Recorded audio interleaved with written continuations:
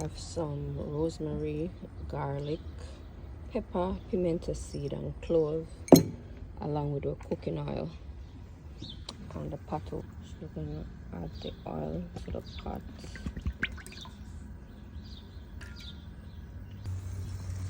So the rosemary, pepper, garlic, pimento seed, and clove.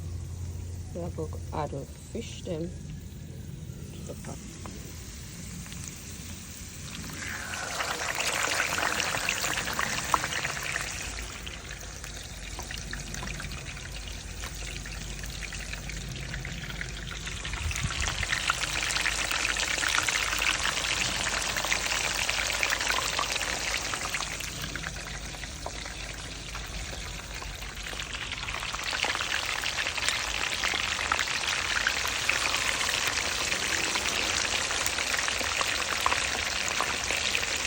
The pot goes